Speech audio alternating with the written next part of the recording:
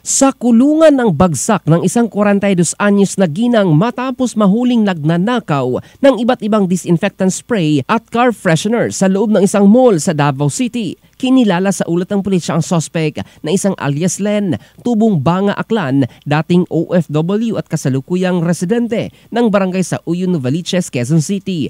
Ayon sa investigasyon, namataan siya ng isang security officer na nagtutulak ng pushcart na puno ng car at home air fresheners. Sinundan siya ng gwardya hanggang sa gate 3 matapos umanong dumaan sa counter 23 na walang cashier.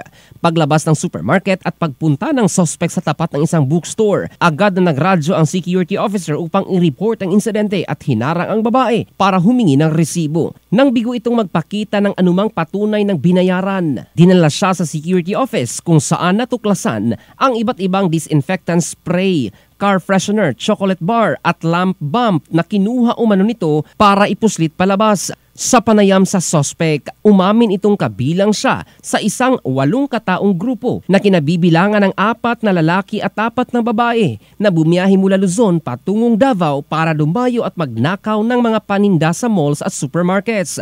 Ayon kay Len, 5 araw na silang nanunuluyan sa isang inn at marami na umano silang matagumpay na nakuna ng paninda sa Cebu, General Santos at Bicol. Sa ngayon, nakakulong na ang suspect sa custodial facility ng Ecolon Police Station para sa mas masusing investigasyon at pagsasampa ng kaukulang kaso. In the heart of changing lives, ito si Jovel Candado ng Brigada News Philippines, the Music and News Authority.